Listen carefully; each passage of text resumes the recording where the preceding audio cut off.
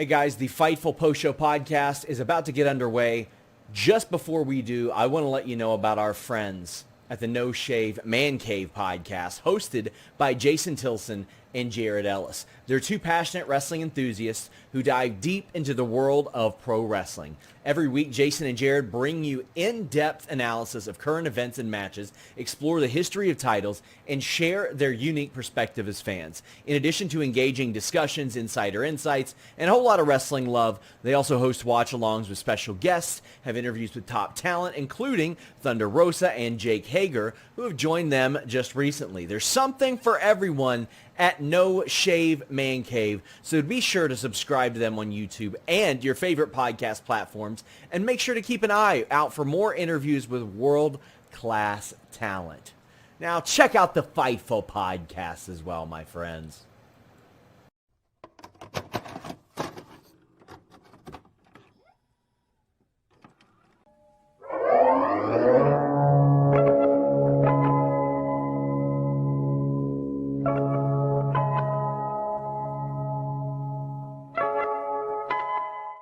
What's up, you guys? Welcome to Fightful. It's Ross Sapp. We're here for your post Money in the Bank show. Lots of stuff happened. Slap a thumbs up, subscribe, all that good stuff. Leave a comment. Drop some fruit emojis for all I care. Those blueberries are looking real good in our chat. And we've got a world famous personality joining us. The world famous Wheezy is here. The star of the new WrestleMania documentary. Two-time appearance in the documentary. There you go. We got Wheezy. How you doing? I'm good. I'm having a great night. It was a wild night. An awful lot is going on. We're going to talk about all of it, and we want to talk about it with all of you. Again, leave a thumbs up on this video. Leave a nice comment afterwards. I'm always in our YouTube comment section chatting with you guys, but get your super chats and humper chats in. If this is your first time here, you might say, what in the hell are super chats or humper chats? Super chats allow you to get your question or statement in. We got more backstage news on WWE, AEW, literally anywhere than anywhere else, thanks to FightfulSelect.com. We'll brag about that as the show goes on. But you can also go to humperchats.com. That's hump like a camel's hump, and maybe some other hump related activities, HUMPER chats.com, to get your questions or statements in. Wheezy, how you feeling? A lot of emotions tonight. A lot of emotions. Roller coaster. Major roller coaster. I feel like I have a little bit of whiplash. Some of it good, some of it bad, but for the most part, I don't know. I got hit by a roller coaster out here and died a couple weeks ago. That turned dark real quick. Someone got hit by a roller. Yeah. Did you not hear about that? You're like somewhat local. Kings Island. Yeah, but I don't keep up. I don't keep up with a lot of new stuff. I feel like it just. Listen, Wheezy is not up to date with all the roller coaster news. And listen, maybe some of you guys aren't either. My but life you know is what? consumed by wrestling. I'm bringing it to you guys, and we're bringing you a bunch of exclusive news on FightfulSelect.com. You may say, why on earth would I pay $5 a month for wrestling news? Well, it's not just that. We got a great Discord. We've got dozens of podcasts over there, including a companion post show that's going on right now. But I'll tell you some of the stories that we broke over there as this show goes on. We're also going to have any important notes from the post show presser and all that good stuff. We got Tony kicking us off, Wheezy, with a humper chat saying the PLE was a mixed bag. I also think the 5-match format is a double-edged sword. The PLE is more digestible, but if you have a bad or odd match or do some weird booking, it can do some heavy damage to the enjoyment of the rest of the show.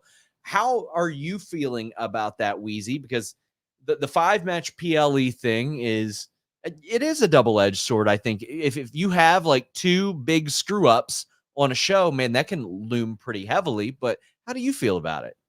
I have been a big proponent for it. Like, I really like it. I enjoy it. Like you said, I think it's more digestible, especially for someone that watches as much wrestling as I do, and we have to commit to, an event. By the end of it, I don't feel like I'm absolutely like a floppy piece of salami. I feel like I still have a little bit of energy. I'm still feeling okay. Whereas something that is, 10 plus matches, I'm exhausted by the end. I haven't had anything that's made me feel like one off thing or one off match throws the whole show. So maybe I just haven't, had that happen to me personally yet where I feel like it's an issue. But I like the format. I think it's great. I do too. I think the 5-match format helps every show that WWE does. It allows you to put more important matches on Raw and SmackDown, and it allows these 5-match shows to give more time to those individual matches to breathe. Like, I think that that's very, very important. And most importantly, it doesn't leave you feeling like a salami? Floppy piece of salami. Well, I mean, if you're feeling like a floppy piece of salami, you can check out Bluechew and the code Fightful and turn yourself into a big old summer sausage. Use that code Fightful, get your first shipment free. You might say shipment. Yeah, I said shipment. That's because you don't have to wait in line at the pharmacy. You don't have to wait in line at the doctor's. You don't have to go into the doctor and say, "Hey, doc, listen, there's some stuff's going on and all that stuff." No, you do that online from the privacy of your own home. You don't have to go to the pharmacy. Wheezy, do you know any nosy people at the pharmacy? Nosy people at the pharmacy. No.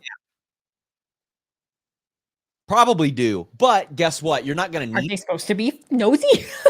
Listen, some of them might be. They'll look at your prescription and go, like that. You don't want looks like that when you're trying to increase that performance. And it's not just performance. Confidence, and bluechew.com and the code Fightful gives you that main event performance. Listen, if you want to go 5 matches, 5 rounds, 10 rounds, Bluechew is there to help you. You take that online quiz, and if approved, you're prescribed. It ships straight to your door. Check it out, bluechew.com and the code Fightful. Hey, now we've got 2 of our plugs out of the way. We can actually talk about pro wrestling, Wheezy. Bacon Rasher says, "I've missed you, SRS. Always FTF." Boy, is that a throwback. And we've got, there was a super chat that was directed towards how great you are. There you were. It says, "So proud of Wheezy. She's the GOAT. Fantastic live show, top to bottom. Still emotional because of an invisible man." I feel like they were really upset. I feel like we should jump into that right out of the gate. That's the big news. That's something pretty significant that everybody wants to talk about. FightfulSelect.com broke the news that John Cena was spotted in Toronto today, but Trish Stratus comes out and we're like, "Oh, yay, it's Trish, the hometown girl. That's cool." And then she brings out John Cena and we're like, "Oh, cool, John Cena. He does this every year at Money in the Bank now. He's going to tease WrestleMania in Toronto and then never follow up on it. That's going to be great." And then, no, I'm the jackass. I'm the piece of trash for thinking that. Because Wheezy, he says, "Yeah, so I'm here to retire." I did not see that being the reason. I try to avoid as many like spoilers and things. I get your emails and stuff and I just avoid them before I sit down for a show, but my chat will usually tell me. And so I didn't know that he was there. Shows up, I'm watching him walk out and he drops the towel down. And I just didn't think, I don't know. It's not what I was anticipating. Everyone was talking about all the other surprises that could, possibly potentially be a thing. And that was not on my radar whatsoever. And the emotion that hit me, if you go back on my stream and look, I got emotional to the point that I kind of was starting to like tear up and be like, oh no, it's happening. Like the shirt said 2025. Like there's a timeline. There's actual events that he's planning. And I'm not ready, but I gotta be ready. He laid it out. He said, "I've never been on Raw on Netflix. I will be there at the first one." He said, "The Royal Rumble will be my last. The Elimination Chamber will be my last. And WrestleMania will be my last as a performer." I mean, initially when he said that, I was like, okay, is it effective immediately? Because that would suck. But no, he is getting his retirement tour. Yep. We are getting the farewell. And like you, Wheezy, when I hear he's in town, and we reported it on FightfulSelect.com, I'm like, okay, is he going to factor into the main event? Because they could easily make that an 8-man tag as a result of, Tonga Loa being there. And then this happened. And I listen, it's one of those things where, it's got to happen eventually, but also sometimes in wrestling, people just don't retire. It feels like. Yeah, we know some of them. Yeah, they just keep going. Yeah. Just keep going. Sometimes they just don't retire. And I will say this, it's going to make Royal Rumble, Elimination Chamber, and Mania, which are already must-watch pay-per-views, PLEs, more must-watch. Absolutely. Oh my gosh. Oh my gosh. Just know with that looming over it, knowing that that's something about all three of those events that it's his last, it's going to make them, they're going to be good. I have high Do you expectations. think he enters the Royal Rumble? I don't know, because part of me wants to say yes, but I can think of some matches I'd like to see him in before we get to WrestleMania. And some of those might be better than it being the actual last one. I mean, he could, man, as I'm just sitting here, and the first thing that comes to my mind is John Cena enters and wins the Royal Rumble, and then he wins the title in his last match at WrestleMania and then breaks the record. Damn. I had that thought. We talked about it on stream because I was like, well, God, the last match. Then that's what I mean. Like, do you do that at the last match? Do you not? Who's going to be holding it at that point? What could we see? Or is he just going to, do what he did last year and just, put someone over in the process of coming back? Like, I don't know what to expect. Yeah, and we're going to get some more details, I think, from the post-show and things like that. But, Cena says that he plans to retire at Mania 41, hopes he goes from January through December 2025 if everything goes according to plan. I'm going to ask Luis to clarify that because that's, that could be a little bit more. If he feels like he could go beyond that, well, I think he's setting the stage. Yeah. I think what he's doing is setting the possible stage of, well, maybe I win the title and maybe I defend it throughout the year, but he's implying that he's going to finish up at the end of 2025. He was asked about Vince as well. And he said that he had been honest about this type of question, says that WWE is in good hands with TKO. But man, I could see John Cena winning the world title and breaking that record next year. I think it could be good because there are an awful lot of other stories that are set up for Mania that do not need the world title. I don't think. No. And with having The Rock around right now too, I'd like to see that go one more time. Oh, really? I would. Oh yeah. I don't care if other people would complain about it. I'll do it again. Let's go. No. Shut up, Sean. It would be what's good. happening here? Oh no. Thrice in a lifetime? Why would you do that to me? Because feel the mana, man. This is the best. Oh my God. Not a boss. Whatever y'all got in Indiana hits different. That's gross.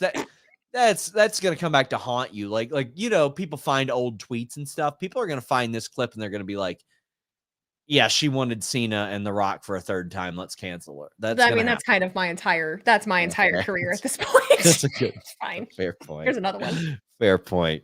The picture of us with top dollar AJ Francis will come back to haunt us one day. Someday. He'll he'll piss off the wrong person. Yep. Like, oh, they knew him. Yeah. 2011 Cards fan says, I hope these people who don't think Samantha is a star can realize that she is tonight with singing the anthem and slaying on the mic. I think she's incredible. Do you have any thoughts on Samantha? Are there people that think she's not?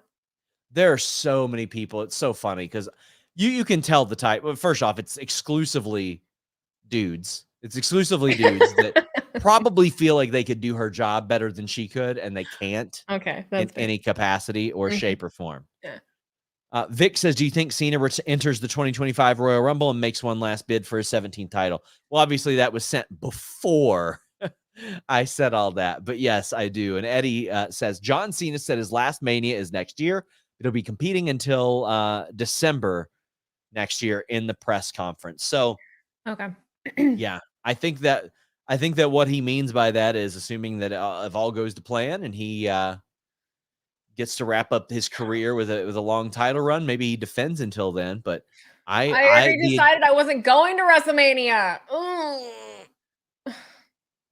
Vegas is so easy to navigate, though. You've been to Vegas? Yeah, I hate Las Vegas.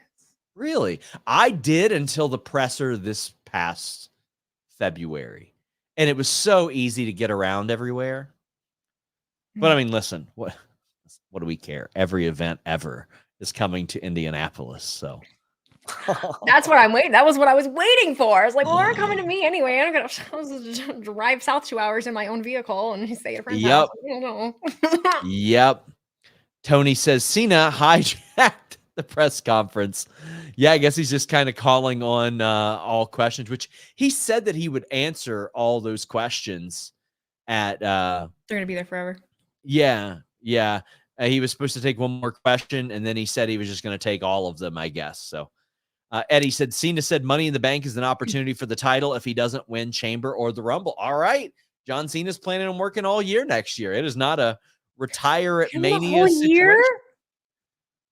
I got to get that hat and shirt, like, stat.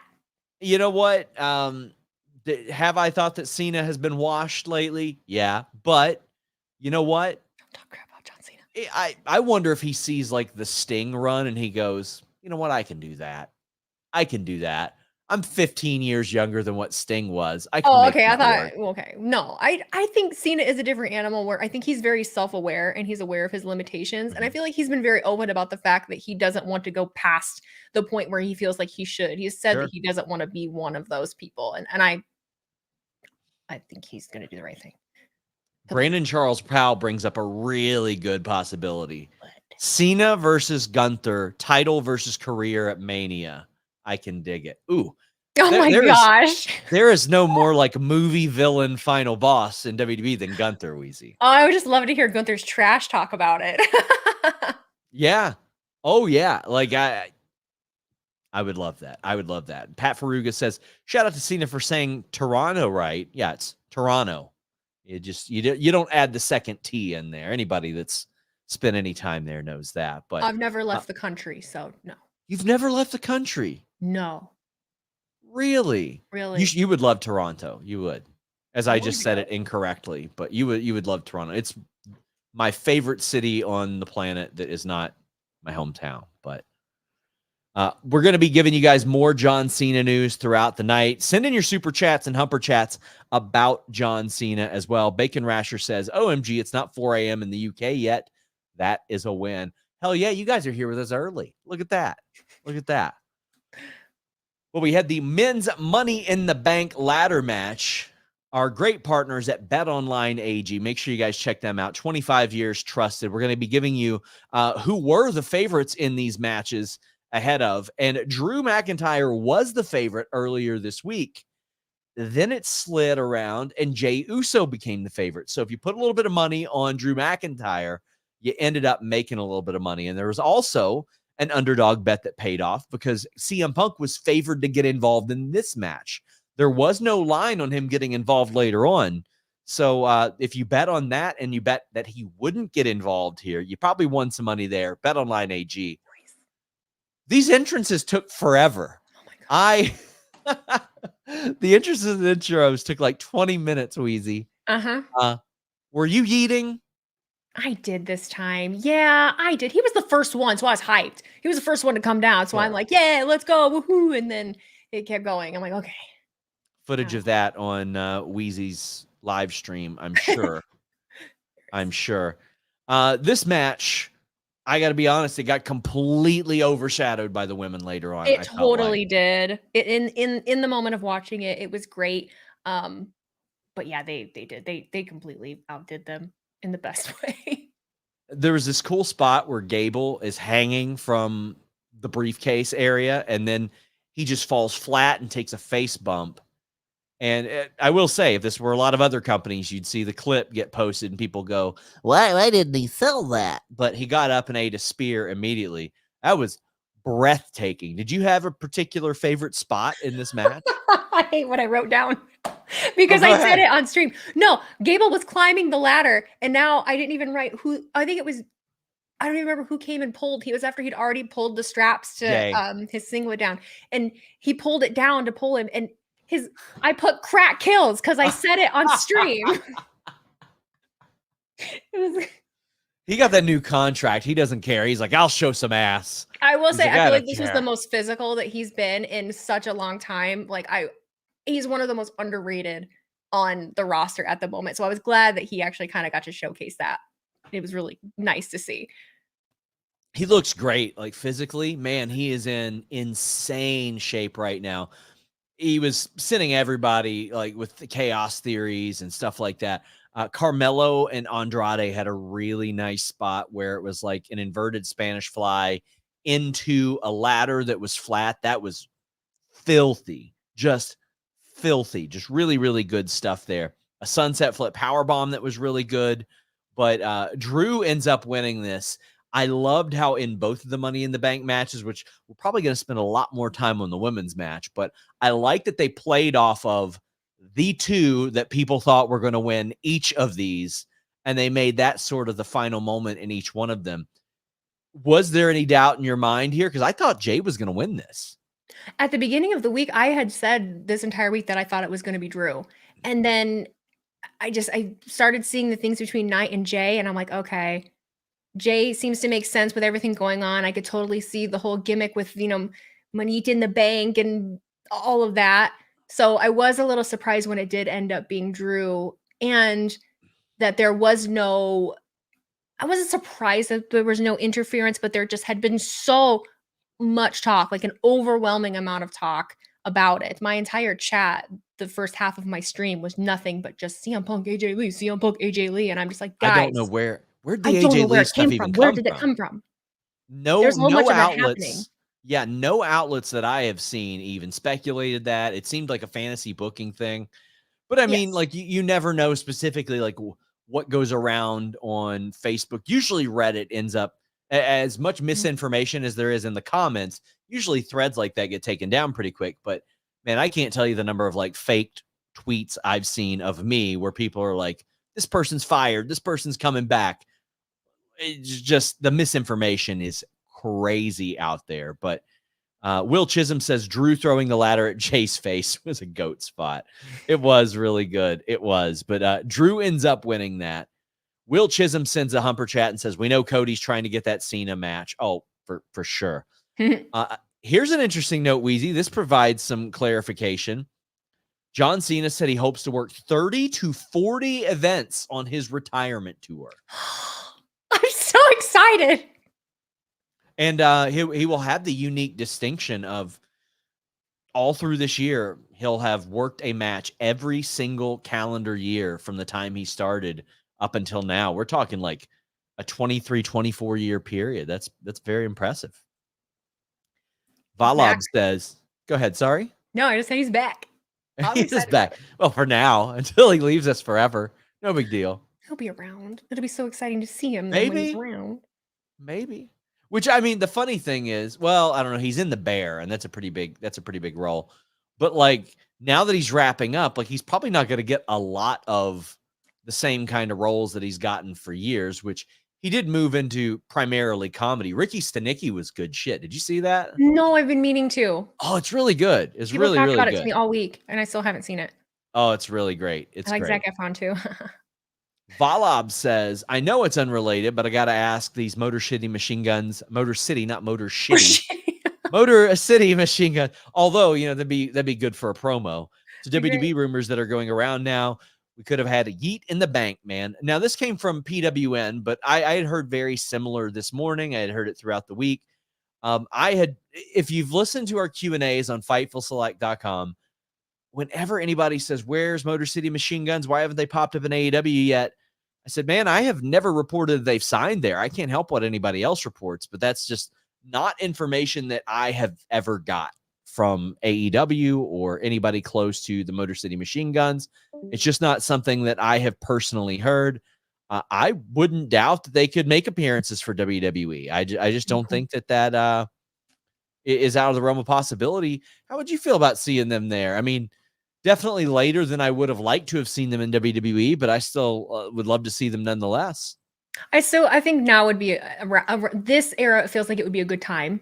That's fair. I think if it was a couple years ago, it probably might not have gone that well. Truthfully, that's a good point. That's a very good point. And listen, are they the type of people that I think AEW would want? Yep, I sure do. Yeah. But if you are them, or if you were WWE and you can get them to help younger talent as well, man, that's a home run, because they are just they are knowledge indexes as far as wrestling goes. Alex Shelley has great comedic timing as well. Paparazzi Productions is some of my favorite stuff. So yeah, I would love to see them involved. Would love to see them involved. Oh man, Intercontinental title. I don't think that I expected this one to happen. And BetOnline AG, our great partners, didn't either. These odds started out even, Wheezy, and then throughout the week, Bron Breakker became a pretty solid favorite. I was going to ask And who was the favorite. Yeah, Bron Breakker was, and DNC Okay. Digital says whoever bet on Sami on BetOnline got paid. There you go, my friends. Before we get into that, Bron Breakker had a new theme. Did you get to hear it while you were on stream? I did. I liked it. So much better. I thought it was great. My chat was on one. I think, like I said, before we got on, I told you they were sucking the life out of me. They were so negative today. They hated everything. And they were like, this is trash. I'm like, what do you mean? This is so much better. What? I liked it. I think it was a lot better. Now, there were a couple times after Bron would kill somebody that I would hear his theme, and I was like, yeah, this is pretty good. Like, it's pretty funny. That I was getting into it a little bit, but it sounds like some music from like a 90s movie where somebody's driving like really fast through the desert or something. Yes, that's what it sounded like. This match was fine. It didn't like blow my doors off or anything. There were a couple spots that were a little off and all that. Bron clotheslined the living dog shit out of Sami Zayn. He hit that beautiful Frankensteiner. And then Sami is able to do Blue Thunder Bomb and then just hits him with the kick in the corner and pins him clean as a sheet. I did not expect that, Wheezy. Before we went into it, I did think that Sami, I was very unsure. I did think that Sami was going to retain. Only because I felt like right now the main roster audience, I don't know a good way to word that, but that they're not necessarily well acquainted with Bron Breakker yet. And that I feel like they need to kind of get a little more invested in him before they put a title on him. But with the new theme, and then as he was performing in the match, and yeah, when he pulled the Frankensteiner, and then Sami just hulks up, Blue Thunder Bomb said that's done. I was like, wait a minute. What just happened? I was really thrown off by it. Yeah, and I mean, like, Bron Breakker is so very clearly like the guy. Denise and I have talked about how like he didn't feel comfortable in media in the last couple of years. Now I see him doing interviews with like Seahawk and stuff, and he's so good. He's so natural. The promos are good. The work is good. He's got the charisma. Like, I am aching one day to see a world title match between Gunther and Bron Breakker in the future. Like, that is my shit right there. That's that shit I like is that type of match, which I'm interested to see how he reacts to this. Like, how his character reacts to him losing clean as a sheet. What will Adam Pearce say? Will Adam Pearce like set him off? How do you think the Bron Breakker character reacts to a straight up loss? Because like we've seen Gunther and his character be like, you know what? I almost lost that match, and good on him. I wonder if Bron will. Like will Bron blame somebody else? Will he flip out? Like, how will that work? See, and that's the thing. I don't feel like I've seen enough from his character to really know the last few months. Yeah. Because he's been so dominant and he's been just crushing people within seconds that I don't really know if that's going to like ruin his psyche or if it's just going to amp him up and make him even angrier and just be even more ruthless. I feel like that might be more of the route where he just shows back up and spears Sami while Sami's doing something else. I don't see him being like coming out and acknowledging that he lost.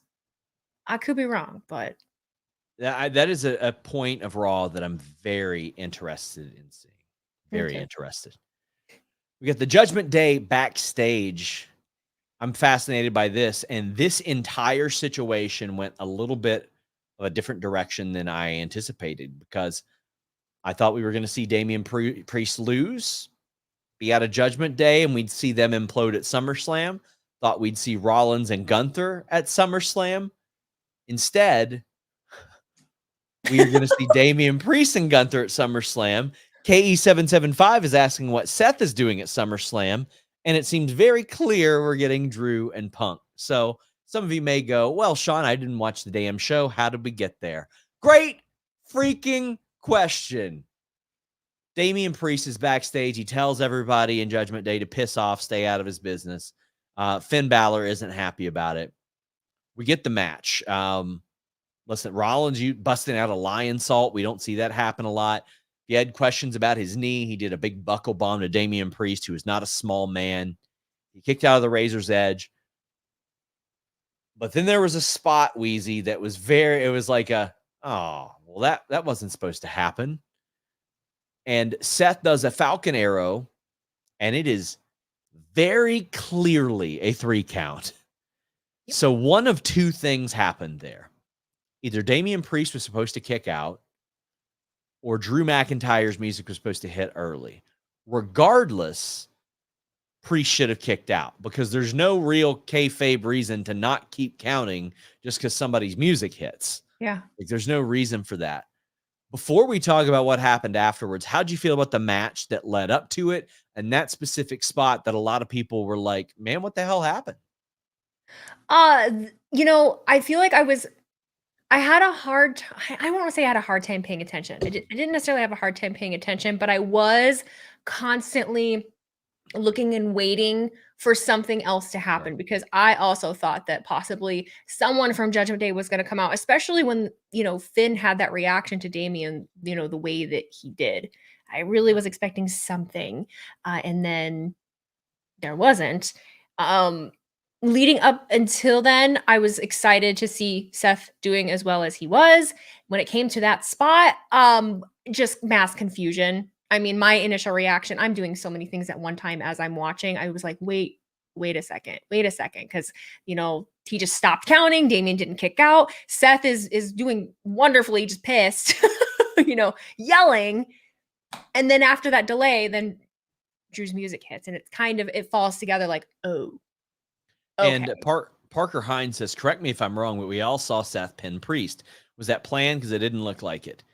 If it was planned, it was very weird, and there's no way it doesn't make somebody look bad. It either makes the ref look bad for not counting, Priest look bad for not kicking out, or production not look good for not queuing up the music. But again, were you listening to the any of the pre-show? Did you hear any of the audio issues that they were having during that? Yes, I did. I'm wondering if maybe they're just some goofs. Just always some goofs a possibility. Tonight.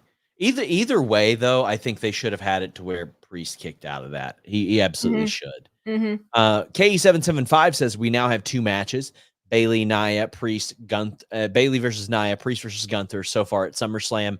Any guesses on the other matches we can see, and how many matches? Well, I think that they'll have Johnny and Tommaso defend there, because Johnny's from Cleveland. I think we'll see Cody and Solo. I think that we will see, I hope, Liv and Rhea, if Rhea can make it back. Otherwise, they need to build a contender now, like immediately. I think that we could see, obviously Drew and Punk has to be there. And if not, Seth's got to have a big match as well. Or is there anything you're looking forward to happening at SummerSlam that maybe isn't announced? I want to know what Logan Paul's doing. He's got to be doing something there too. I want to know what Logan is connections. Doing. That I was really hoping. I wasn't hoping. LA Knight. Yeah, face LA Knight. Yeah. Yeah. I don't know how they're gonna set that up, but they already are. LA Knight basically told us that he peed in Logan Paul's pool during our interview with Joel Pearl. Make sure you guys check that out here on our YouTube. But Drew's music hits. He cashes in. And it becomes a triple threat match. Now, this is one of the first bad decisions I've seen from Drew. FightfulSelect.com, best $5 in the business, reported that CM Punk was backstage at this show. And Yana is saying we need a Drew Punk Seth triple threat at some point. I always refer back to the promo segment with all 3 of them months before Mania. Well, let's talk about how that might happen and what else might happen, because Drew sets up this triple threat. And because it becomes a triple threat, it then becomes a no DQ match, Wheezy. And then CM Punk starts doing things that would have got you fired, did get people fired 14 years ago, strangling people with wires and stuff, going full Daniel Bryan on Justin Roberts mode here. And then Damian Priest retains the title. Seth Rollins, who we often forget hated CM Punk, was headed towards a Mania match with CM Punk, is now livid at CM Punk for screwing up his opportunity because now Rollins can't get a title shot as well. So Drew and Rollins are both, they're both removed from the title program. Punk, happy as hell. What'd you think about this piece of business here, Wheezy? I love CM Punk, so I liked it. I liked it. I really didn't think Damian was going to retain, though, so I'm trying to reel and figure that out. But it's kind of, I'm notoriously not a huge fan of triple threat matches when it comes to really big marquee matches. Like for CM Punk, Seth Rollins, and Drew to be in a triple threat, I would much rather see both of those done separately on their own. I'd rather see CM Punk versus Drew, and I'd rather see Seth versus CM Punk, because I feel like then you can focus on the feud and the issues between the two of them, and then it's typically a much better build for me to consume. But where is that going at SummerSlam? You're mentioning that it'll probably be CM Punk and Drew. Okay, then I'm trying to figure out where that leaves Seth. I don't want it to be a triple threat. I don't either. I think that Drew. I know, honestly, if they had Drew and Punk main event SummerSlam, that is a main event worthy match without a title. And we just watched a 6-man tag main event, so of course it is. But oh man, there's a lot of people asking about this. Will says, I love how Seth was trying to get at Punk after the match, because he hates Seth also. Yeah, and Seth did cool it for a while because, he had other stuff to tend to. Once Punk got hurt, he's like, you know what? Sucks, but I got The Rock, and I got Cody, and I got Roman to worry about, and then he had Priest to worry about, and now CM Punk just pissed him off again, and that could be rough. Bad Apple Jam Treebeard says something I completely disagree with, Wheezy. And I am very excited for your take. He says, I'm sorry, but Drew is completely at fault in this story and isn't the babyface. He injured Punk, then bragged about it, talks all this crap, then gets mad at WWE for letting Punk get his revenge. Wheezy, you are an unapologetic CM Punk glazer. I don't give Drew shit because I'm a CM Punk glazer. I think Drew is a crybaby. And yes, he brought all of this upon himself. Drew screwed Drew. He did all of this to himself. I do not feel bad for this man. Not one bit. Here we go. I'm going to pat myself on the back. Fightfulselect.com reported the night that Punk returned, which, by the way, Triple H, Punk, Nick Khan confirmed our timeline of events there. Drew was legitimately upset. I don't know if him storming out was a work or not, but he was legitimately upset. Not that Punk was back, even though they didn't get along prior, but that things weren't conveyed to him in a more truthful manner. He felt like they were working him as his contract wound down, and he was like, I don't like that shit. However, he's smart enough to make a lot of money off of it, and he did. Because he got the hottest he's ever been in his career at the most important time to get hot, Wheezy, which was his contract, which we have confirmed to be a multi-year deal. However, he's not happy that CM Punk gets to walk right back in there and get a new deal when he was waiting to get his done. And then CM Punk gets to stroll back in and gets, all this love and adulation when Drew McIntyre's been working so hard. And, oh, look at this. He gets this opportunity and that opportunity. And then he keeps costing Drew things. So, yeah, he's happy about it. He's happy that CM Punk got injured. And look where we are now, Wheezy. Punk Glazer Wheezy, world famous Wheezy. How many CM Punk returns have we had? I've reported on at least like 7 of them in the last 3 years. 7. 2021, he came back. Then 2022, he hurt his foot and he came back. Then he got into a fight in 2023. He came back. And then guess what? He left a company in 2023. He came back again.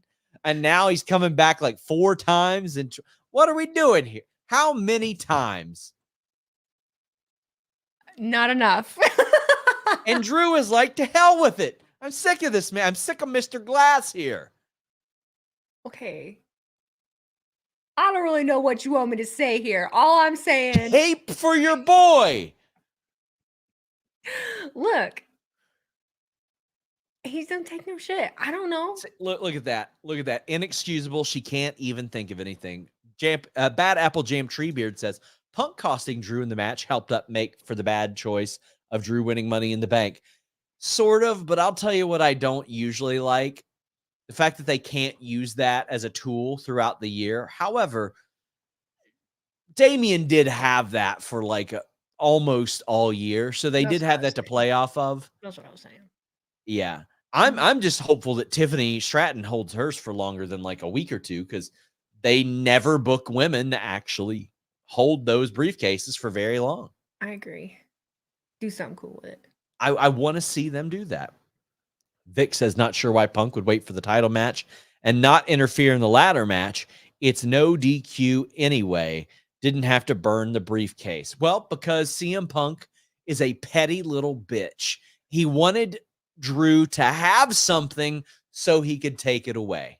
I'm not saying that him being a petty little bitch is a bad thing, Wheezy. I think for the sake of this story, it's great.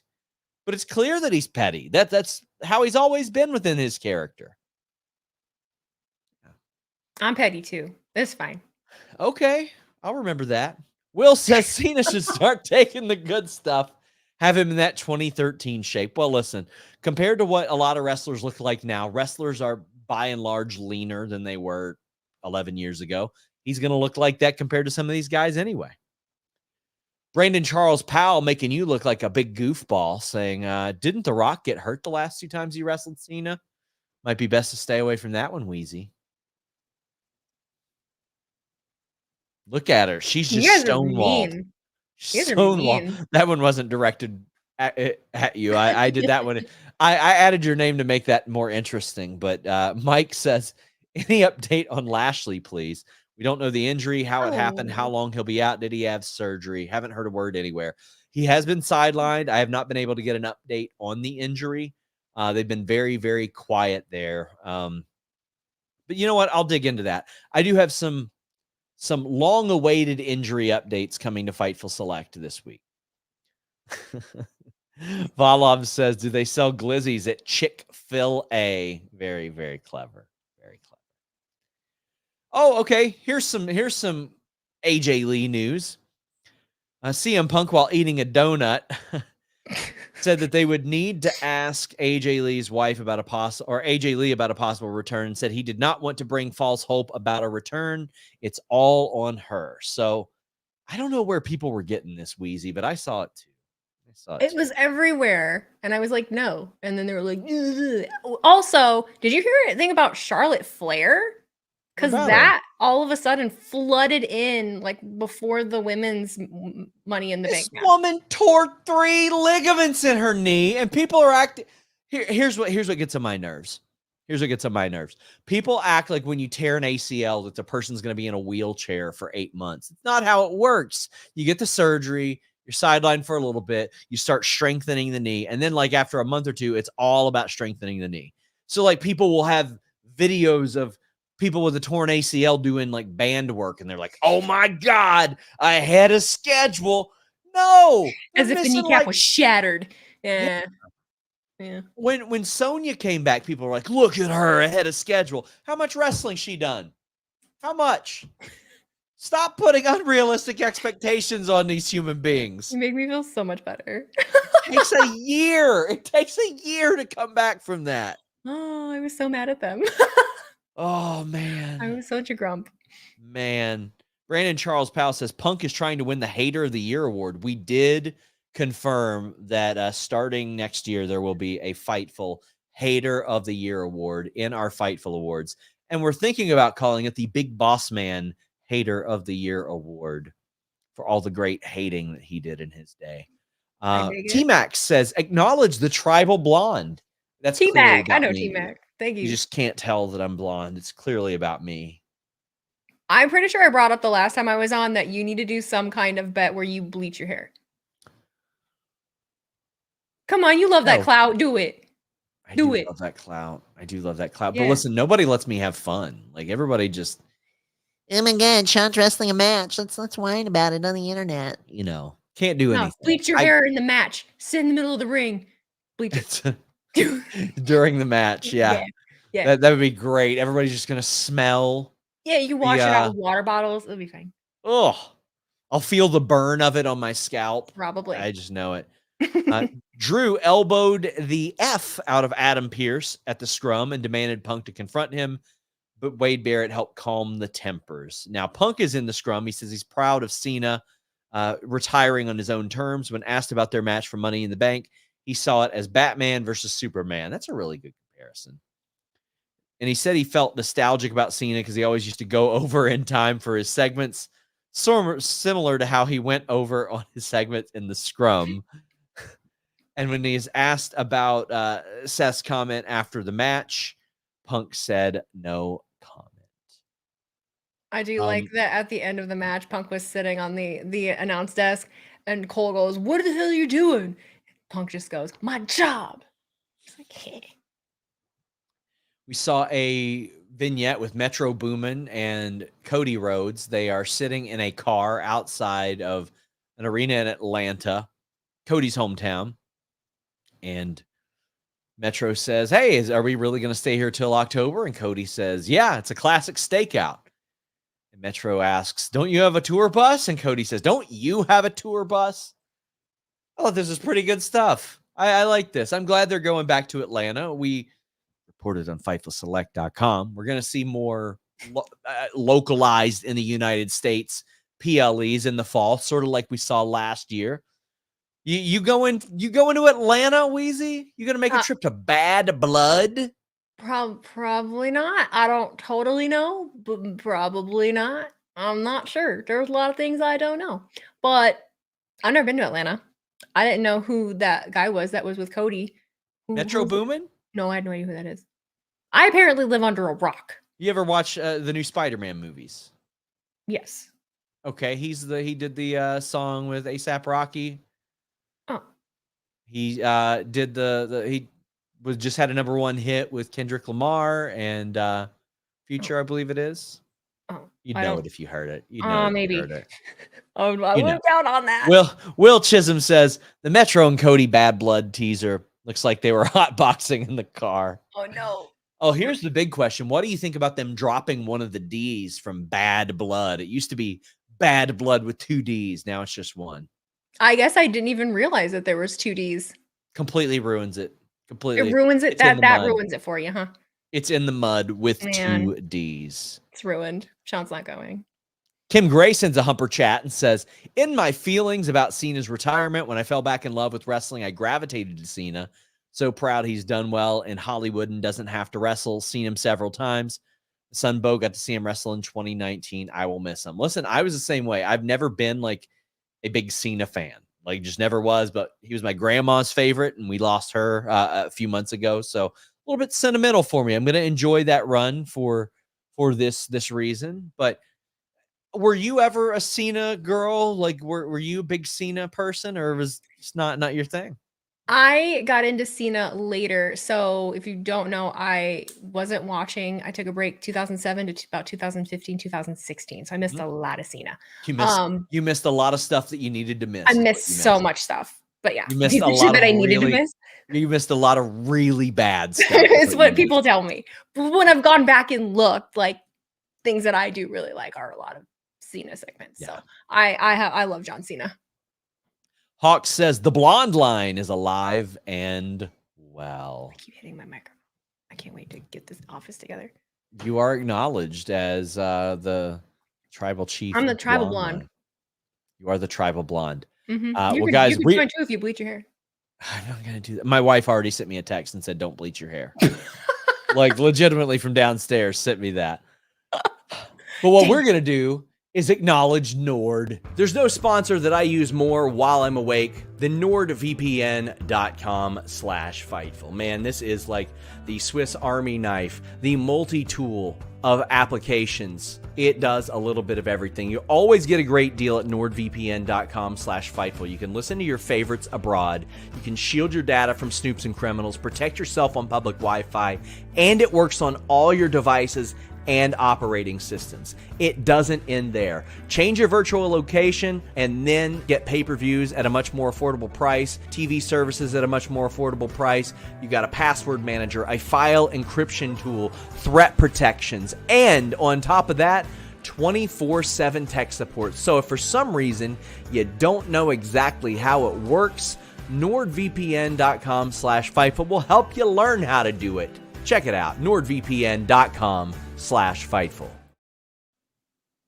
Bad Apple Jam says, shame they took the double D's out of Bad Blood. Very clever. You're very clever, guy.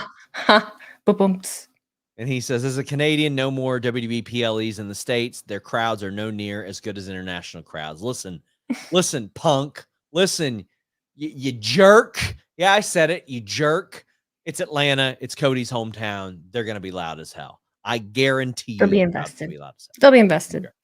Now, I can't speak to Cleveland. Cleveland sucks in so many different ways. It's just like, I'd be here all night. They're so terrible in every capacity. The people, the sports teams, everything about Cleveland. Oh, never mind. You're biased. Listen, Never mind. I found out that my grandmother and mom lived in Cleveland for a couple of years, and I felt like I just found out I was a villain. Like it was my villain. How could you guys do this to me? I was like, no. I was turning into Magneto, like in front of my eyes. I was like, I can't believe it. Oh boy, here's one. I can't wait for this to get clipped. Christopher Bryan Hayes says, Wheezy, if you could fix or clear up one thing about the IWC, what would it be? If I could fix or clear something up, yeah, but like in defense of it, she was telling me off air she wished everybody was neutered and spayed. I did not tell you that, but it's not a bad idea. Okay. Is that your final answer? Yeah. Okay. Yeah, that's a good one. Some of they should not procreate whatsoever. Thanks for the super chat. We greatly appreciate it. Well, I'm in my villain era. I'm sorry. We had an insane ladder match. So I will levy the only complaint that I could possibly levy, because then I just want to heap praise on this. The unprettier on the ladder, it's impossible to do that move IRL anyway. So when I saw Chelsea going for it, I was like, come on, Chelsea, you know better. That ain't going to work. But listen, I don't care about that. That's my one minor complaint. There is no Chelsea slander permitted. And we have the world's #1 Chelsea Green cosplayer here on the air with us, Wheezy. Listen, I just adore Chelsea Green as a person, as a performer. I know that you do as well. Let's just appreciate her a little bit. The arc from the very beginning to the very end of her standing in the middle of the ring, and everyone's like, my chat again pissed me off the entire night, but she's standing there like, oh my God, jumping up, being silly, thinking, oh, I'm not going to get up there. And jumps a lot better than I thought she could too. She's got some hops. She's got some hops, got some ups.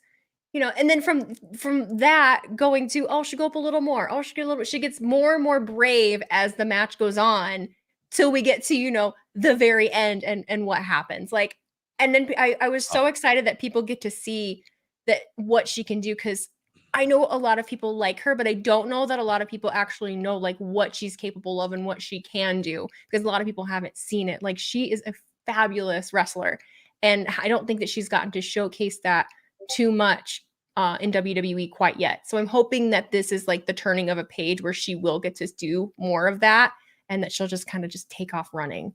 We are just a couple years removed for when Chelsea was doing a lot of her interviews. She did her first one after WWE, she did with me, and she talked about a lot of the pitches that she made. And people were like burying her for making all these pitches, because what happened was she went into one meeting with Vince and she threw like 25 things at him. And she said, remember that. Got to like at least one of these. And that's what you had to do at that point. All Chelsea Green has ever needed was a chance. She should have been hired after Tough Enough. She probably should have been hired after they had her doing that dumbass Megan Miller stuff. Were you watching when that happened? I don't believe I was. They had her playing an extra involved in this like Daniel Bryan, Stephanie Bella storyline. It was so ridiculous. Yeah, I know. But she was really good as Reclusa and Lucha Underground. She was phenomenal as Laurel Van Ness and should have been hired way sooner than she was. All she needed was a chance. Then they hired her and they parked her and Deanna for a year in NXT and didn't do anything with them. Yep. Brought her up, let her go. She killed it on the indies. She's good everywhere she's been. All she needed was a chance. We also posted on the Fightful account that phenomenal table spot that happened a couple of years ago with her and Deanna, which was just unbelievable. She had another great one tonight. Like, she had the rap of being injury prone. People were like, oh, she's made of glass, all this. You cannot say that anymore. She has not been hurt since the time she injured her wrist in WWE. She has been killing it. Samuel says, the match was amazing. It wasn't sloppy, despite what chat thinks. Chelsea is a trooper. I love that match. I thought, yeah, my chat was really, really critical of it. I forget which part necessarily happened. It was something that Zoey did. And then the word botch kept getting thrown around. And then all of a sudden they were saying, this is sloppy. And it just was it was a dumpster fire the whole time. I had to stop reading it. I'm going to let people in on a little secret. Sometimes fights are sloppy. That's what I said. I was like, this is a ladder match. What do you want to happen? A clean, polished ladder match? What world do you live in? So what they were talking about was Zoey doing her spot where she clips the ropes and she missed a little bit, but she still landed. The Tiffany Alabama slam was, that was filthy. But like I really enjoyed this. I thought that this was really, really great. Kim Gray says, I was worried about Io and Zoey after that ladder spot. That was a disgusting move on the ladder, Wheezy. I was just like, I couldn't believe it. Oh my God. I would expect nothing less from me. I was saying that as they were in the midst of it. I'm like, this Io, it's going to happen. Oh God. Yeah, to me, the only spot where I went, was the unprettier. And like, it's a running joke in my house that I try to do like a shoot unprettier, and it's impossible to do. It is not a realistic move. So it's very hard to set up in general, but especially on a ladder. So I think that was just very, very ambitious. I thought Naomi's DDT where she had the splits going was good. Oh my God. Oh, that was incredible. I like Tiffany's walk up the ladder and the swanton to the outside. Mr. Wax says it was the match of the night by far. I got to agree. Mr. Acosta says best women's Money in the Bank match ever. Top 3 men's. I disagree with the men's, but I think it could be the best women's. The finish last year was really incredible with the handcuffs, but I loved Wheezy, how they played off the fact that most of the people that were watching this kind of figured it'd be Chelsea or Tiffany. They figured it'd be Tiffany. A lot of people hoped it'd be Chelsea. How'd you feel about that? Because they did that in the first match as well, because people thought it'd be Drew or Jay. I think it made sense because I even shared the same sentiment. I wanted it to be Chelsea. I predicted it was probably going to be Tiffany. And I like the way that they did it. I like that it went back to the tables that they literally set up together. I thought it was great. I loved it. Thought that was really good. Tiffany was the Bet Online AG favorite. You can bet on wrestling over at Bet Online AG. Make sure to check them out. They also had Damian Priest favored to win his match as well. So a couple underdogs won, but then the favorites won out on the rest of this. But check it out, guys. Lots of great stuff to bet on over there at Bet Online AG, and they got a great rewards program. Apple Jam says Chelsea was fantastic in this match. People questioned why have a comedy character like her in this match. She proved exactly why she was in it. The women's division had never really had their Santino before Chelsea rolled up. And listen, I wasn't like a big fan of Santino or anything, but we have seen a lot of great comedy characters like R-Truth and people like that. The women's division never truly had their comedy character until her. Now they've got like I thought Wendy Chu could have filled a good role before she switched to her new gimmick. Ariana Grace is going to be really good and stuff like that. We're finally getting to see that. Or when they did, I think it had a lot to do, again, with just a few years ago, it being the people that were in charge, because we had the Iconics. Yeah. And, like, you know, they Kevin were Dunn didn't. Here's a incredible. FightfulSelect.com story. And it's so funny because I got Jess, the former Billy Kay's reaction on it. Kevin Dunn didn't think Billy Kay was funny. What? What? You gotta be joking me. What? She was incredible. She was Oh. incredible. Have you heard my pitch for a return of one of the Iconics? Mm-mm. I want Ava to be backstage and looking for an assistant. And she goes through a pile of resumes and she finds one. She was like, you know what? This looks like a good one. And it's Billy Kay as Ava's assistant GM. Honestly, though, I love them. I love them so much. So she can stay in Florida, chill, do her thing, and I would love it. And I mean, obviously, look, her tag team partner's husband is coaching there now. Yep. I think the Iconics, when you know, able to return in the ring, I think they'd be really fun in NXT. I would really love to see them back. Now would be a good time to have them. I always wanted better for them. I think they deserve much better. I agree. Will Chisholm says, EO said, I'm about to work Marigold, so I better take this crazy spot.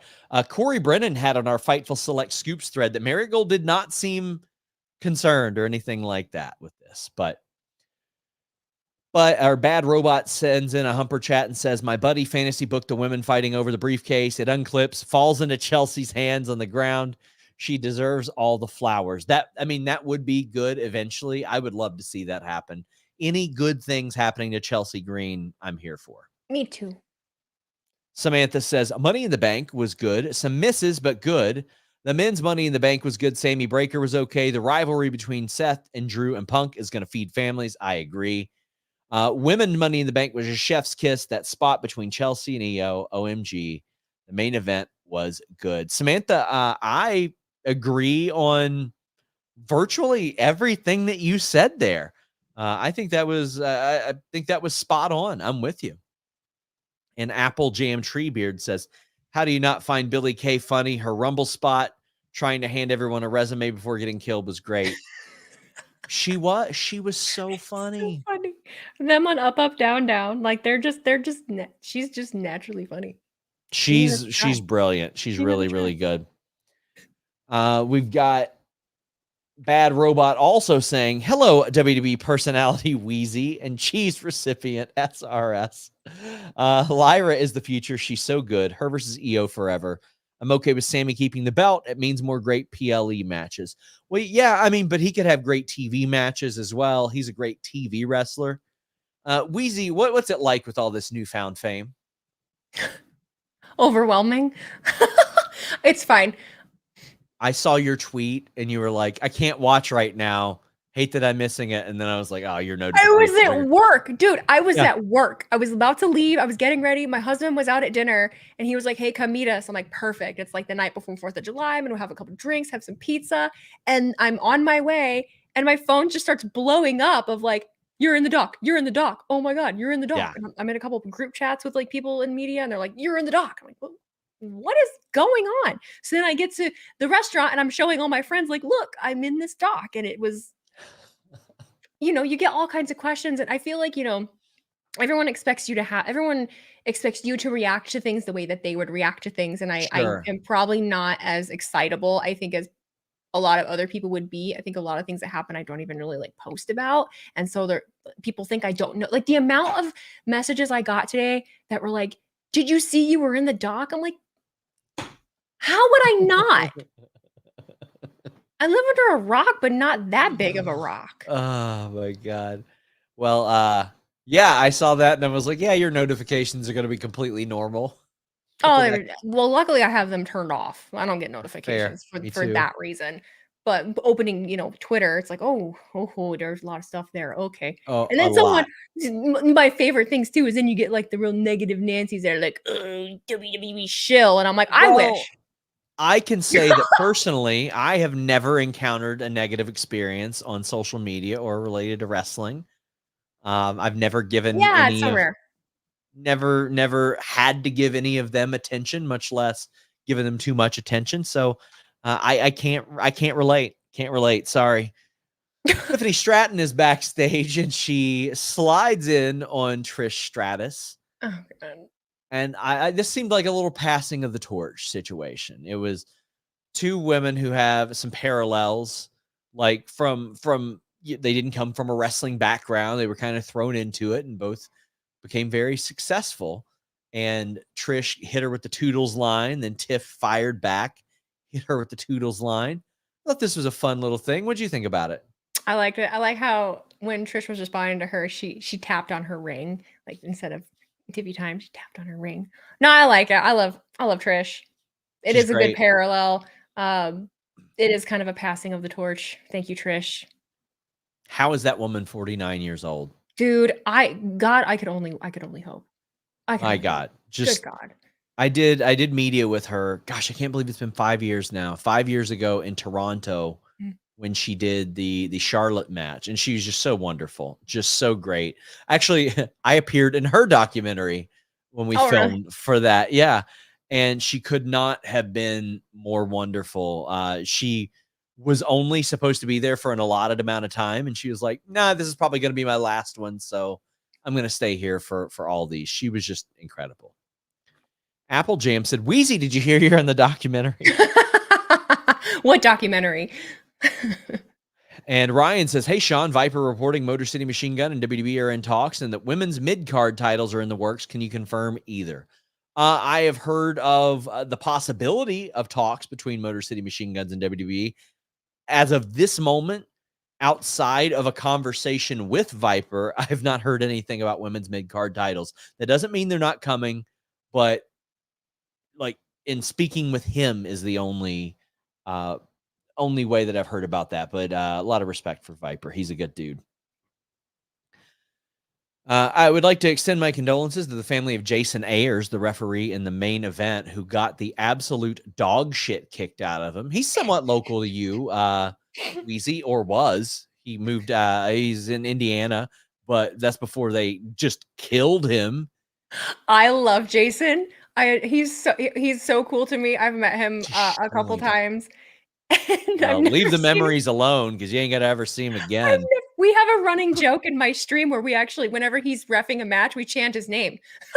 Where it's like Jason. I'm pretty sure he just had a broken leg or arm or something. He did. He had a broken leg. They wasted no time in being like, he died is my favorite thing. Let's see if we can break that shit again. Let's do that. My favorite thing. I've never seen him take a man's trying to get that PTO. Jason Ayers saw that the referee assignment and he said, "Bet I'm going to spend a few more months at home. Let's go." He's like, sending me to Canada. Doubt it. BL says, "First time seeing Jacob Fatu wrestle. Impressive." Well, FightfulSelect.com. Best $5 in the business. We had news in recent months on why the hell it took so long for Jacob Fatu to show up. Now, we had news that he was signed, that he left MLW, all that, and a lot of people are like, what gives? Well, I'll tell you what gives. He's spoken about this. I'm not putting his business out there. When he was 18 years old, he caught a pretty serious charge, and he's spoken about this, about how when he was in prison, he saw his cousins, the Usos, on TV, on Raw, and he's like, I need to change my life, and this is what I can do, and I know I can do that because every damn person in my family can do this as well, so I can do it as well. He had never wrestled or worked outside of the United States. That is not a coincidence when you are somebody at the level of Jacob Fatu. New Japan would have wanted him. Any number of companies in Mexico and Europe and Canada would have wanted him, and that's why they had PLEs in Saudi Arabia and France and Scotland, and not as easy to get him over there. They made it a part of the story, Wheezy. They brought up how there's a lot of jokes about Jimmy and Jay getting into Canada, but legitimately WWE had to pull strings to get Jacob Fatu into Canada because he's a dangerous man. I think that's a smart thing for them to do. It's already out there. You're addressing the elephant in the room. Yeah. And they did it. They got his ass there, and he worked a main event noticed. match in his debut. I don't know, 'cause people were asking me, and I'm not the scoop person, so I don't know. But people were asking me, like, how did he get there? I'm like, I don't know. Go subscribe to Fightful Select. They should. They should. They should give us lots of money, or don't give us lots of money. Just give us $5 a month or $54 a year. Samuel says we love Jason Ayers in the blonde line. He's the best ref. So hey, hold on. Is he blonde? Is he in the blonde line? Who? Jason Ayers. He better be. Do you have to be blonde to be in the blonde line? No, you just have to Okay. acknowledge the tribal blonde. That's fair. That's fair. Yeah. That's it. You don't have Okay. to be blonde. No. Red Devil Gamer says, in my event, or in my opinion, that main event was rough. The Bloodline isn't on par wrestling wise with the OG. The section where they were in control was plotting, to say the least. Well, I don't think it was plotting on Jacob Fatu's part. He hit that great spinning jump onto Cody. Hit the Impaler DDT. Hey, I'm partial to that. I hit Shaza with Impaler DDTs all the time. But I think that his spot was really good. Some of the other stuff with the new Bloodline, it's going to be a little bit slower. KO got a Samoa spike to the ass. That was a thing, right in the asshole. Yeah, he did. And then low blow. Finger. I mean, listen. Tongaloa, was that intentional? What kind of stuff are you into? It's We had a fine. table break. We had Don't ref shame. bumps. They teased a package pile driver. Did you think it was going to happen when he teased it? Hold on. Wait, what? Repeat that. I'm stuck on last thing. Kevin Owens teased a package pile driver, which is his old finisher before WWE, where basically you pick him up, you hold him by the thighs, you drive him skull first into the goddamn ground, which we have never seen in WWE. He's told me he's waiting for the right time to do it. I bought it. I thought it was going to happen, but no, he got Samoan spiked in the ass. Probably coming then, but it's like, okay, and then against who? Will it be a member of the Bloodline? Which one? Will it be Jacob Fatu, perhaps? I feel like that might be. Yeah, I could see Jacob Fatu. Jacob Fatu's taking crazier stuff than that. Mm-hmm. Bloodline were major favorites today. There was a betting line on Roman Reigns being at this show, but it became abundantly clear to me at the start of this show that Roman wouldn't be here because they said when Jey Uso was coming out that it was actually Sika's. The funeral was today. The memorial was today. So, and Jey wanted to be there, but he also knew that Sika would want him to be at the event. So obviously Roman Reigns is not going to fly to Toronto. That he's going to spend time with his family, obviously, but Tongaloa gets involved here. The Bloodline win. You know, I think that they're setting up Solo and Cody for SummerSlam, clearly. I think so too. I think it's funny that on Friday Solo drops, his Soprano-esque video package of him talking crap on Roman and how, Roman lost the titles to Cody and blah, blah, blah, blah. He's not the tribal chief. Now I'm the real tribal chief. And it's like, bro, like you didn't win like that much prior to Roman leaving.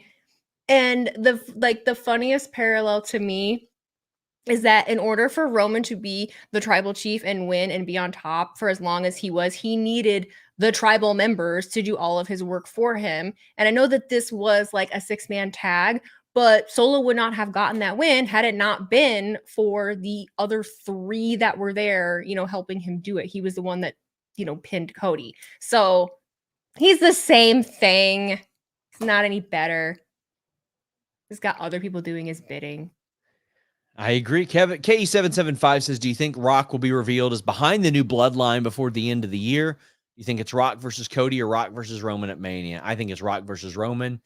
And, if Hikuleo rolls up, you could see a third splintered version of the Bloodline. There's a lot of options there, but Rock Roman is the move. Who is Hikuleo? Where does he fit in again?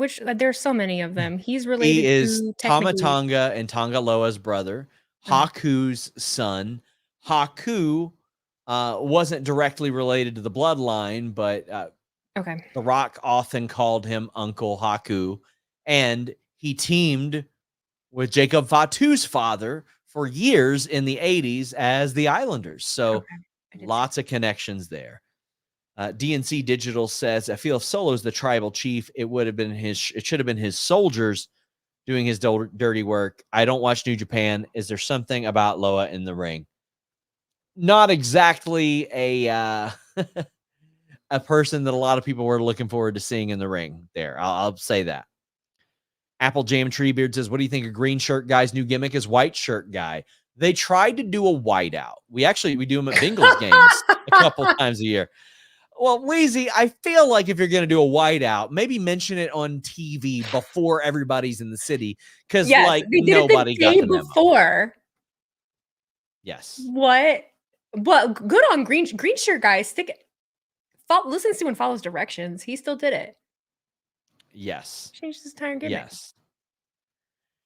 We've got a lot of notes from the presser as well. Paul Levesque is asked by Brandon Thurston about the Janelle Grant lawsuit, and he says he can't answer legal questions. And also, he said that he was in the main event of one of the old 7-hour pay-per-views, and he clarified he was not talking about other companies' pay-per-views to prevent out of context nonsense and the like. He talks about Cena's retirement, Shawn Michaels at NXT, and the like. Guys, get in your super chats, get in your humper chats. We are about wrapped up, but Will says people can say what they want, but Solo has crazy heat with the fans with the FU Solo chants. Yeah. Yeah, he does. Roman. I mean, I've seen plenty of better shows than tonight, but I had fun watching the show. I enjoyed it. Good stuff. 5 matches, about 3-ish hours. Not too bad. Wheezy, in all, how you feeling? Pretty good. Pretty good. I like tonight. It makes it, I think it's always a good tell if I'm excited to see what happens Monday and Friday. And I am very interested to see what happens Monday. Hide all of the microphones from Drew McIntyre because we are in for it. I can't wait. Wheezy, tell the people where they can find you, where they can support you, where they can follow you. You do really great stuff. You're very, very talented. Somebody that obviously we've been keen on having on Fightful an awful lot lately. Thanks. I appreciate it. You can find me on YouTube and Twitch every Monday and Friday and all major PLEs and Wheezy Blonde. You can find me on Twitter and Instagram at It's Wheezy Blonde, just an ITS at the beginning of Wheezy Blonde. Guys, please check out our wonderful sponsors, No Shave Man Cave, BetOnline AG, Bluechew, and Nord. They make this show possible. And check out FightfulSelect.com. I got a whole bunch of contract news coming this week. And, of course, we're going to have NXT Heatwave stuff. Right now, Alex and Kate are still live behind the paywall. I'll probably go over there, sneak in on them. But until next time, guys, we're out.